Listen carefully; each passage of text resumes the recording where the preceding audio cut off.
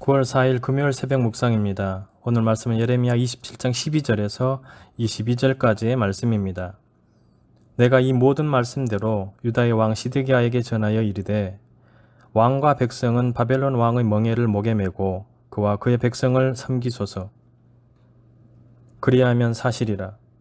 어찌하여 당신과 당신의 백성이 여호와께서 바벨론의 왕을 섬기지 아니하는 나라에 대하여 하신 말씀과 같이 칼과 기근과 전염병에 죽으려 하나이까?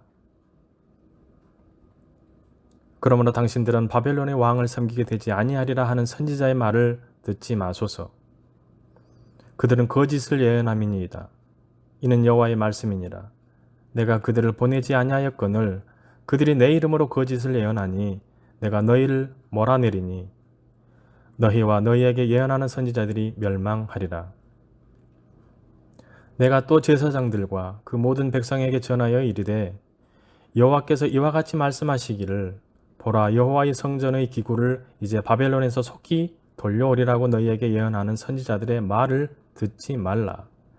이는 그들이 거짓을 예언함이니라 하셨나니 너희는 그들의 말을 듣지 말고 바벨론의 왕을 섬기라. 그리하면 살리라. 어찌하여 이 성을 황무지가 되게 하려느냐?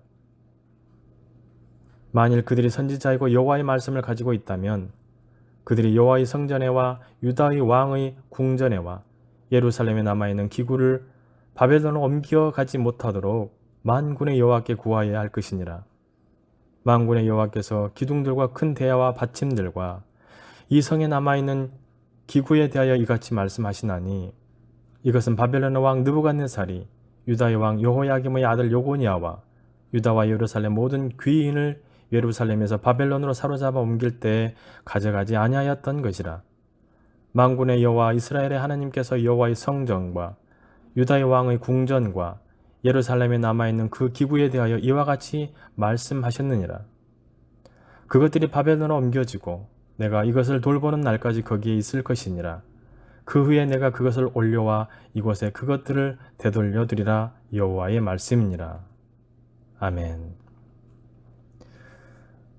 눈에 보이는 세상의 기준과 우리가 받는 말씀이 충돌할 때, 그때가 참된 믿음이 시험대 위에 오르는 순간입니다. 현실에 속지 않고 하나님의 말씀을 따르기 위해 우리에게 필요한 믿음은 어떤 믿음일까요? 예레미야는 바벨론 왕을 섬기라는 하나님의 말씀을 유다 왕 시드기야에게도 전합니다. 그러지 않으면 말씀대로 칼과 기근과 전염병에 죽게 될 것이라고 선포합니다. 목에 줄과 멍에를 맨 선지자가 주변 나라에 이 말씀을 전했지만 왕들은 따르지 않았습니다. 바벨론을 섬기는 일은 어리석게 여겨졌을 것입니다. 형편을 따라 살면 말씀을 믿을 수 없습니다. 그러나 우리가 말씀을 따라 살면 하나님이 우리의 형편을 도우십니다. 말씀을 따르지 못하도록 부추기는 사람들은 거짓 선지자들이었습니다. 기준은 분명합니다. 참 선지자는 백성을 하나님의 말씀으로 인도합니다. 말씀을 향해 돌이키게 합니다. 형편을 보고 하나님을 오해하던 사람에게 말씀을 믿고 상황을 재해석할 수 있도록 돕습니다. 거짓 선지자는 백성을 말씀에서 멀어지도록 미혹합니다. 말씀을 듣지 못하게 하고 하나님의 말씀보다 다른 기준들을 더욱 따르게 만듭니다. 하나님은 나는 그들을 보내지 않았다라고 선언하십니다. 어떤 사람들은 이렇게 질문합니다. 예레미야나 거짓 선지자나 똑같이 하나님의 이름으로 예언했는데 어떻게 구별할 수 있습니까? 하나의 분별 기준이 있습니다. 거짓 선지자는 자기들이 옳다는 것을 증명하기 위해 싸우거나 거짓말을 하거나 위해를 가한다는 점입니다. 그러나 참된 선지자는 그저 말씀만을 전합니다. 하나님은 거짓 선지자들에 대한 말씀도 주셨습니다. 거짓 선지자들은 바벨론에게 빼앗긴 여호와의 성전 기구가 금방 돌아올 것이라고 예언했습니다. 하나님의 뜻과 때에는 관심이 없었고 왕과 백성이 듣기 좋은 말만 전했습니다. 하나님은 분명히 그들의 예언이 거짓이라고 말씀하십니다. 참 선지자와 거짓 선지자를 구별할 수 있는 또 하나의 기준이 있습니다. 기도입니다. 그들이 참 선지자이고 정말 하나님의 말씀을 갖고 있다면 아직 남은 성전과 왕궁의 기구들은 바벨론에게 빼앗기지 않게 해달라고 하나님께 기도해야 했습니다. 참 선지자는 심판의 경고를 전하면서도 구원을 위해 기도합니다. 하나님 아버지의 마음을 알기 때문입니다. 그러나 거짓 선지자는 형편을 따라 기도하고 자기의 이익을 취할 뿐입니다.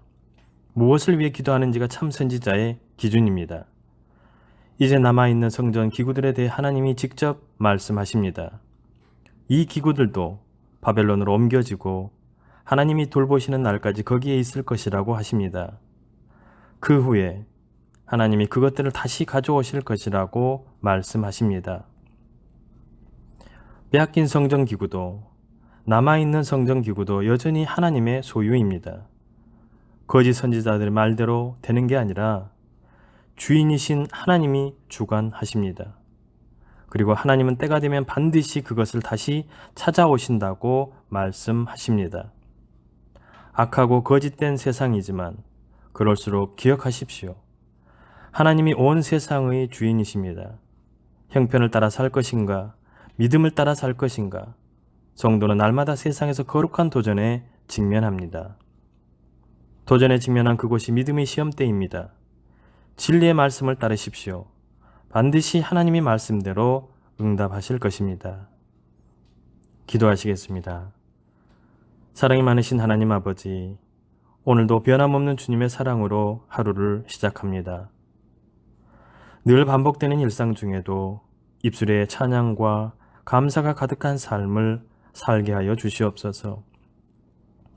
어떠한 형편이라도 상황에 얽매이는 삶을 살지 않게 하여 주시고 믿음을 따라 담대히 살아가는 주의 자녀들이 다 되게 하여 주시옵소서. 주님, 영독에 속해 있는 모든 주의 자녀들의 가정을 위해 기도합니다.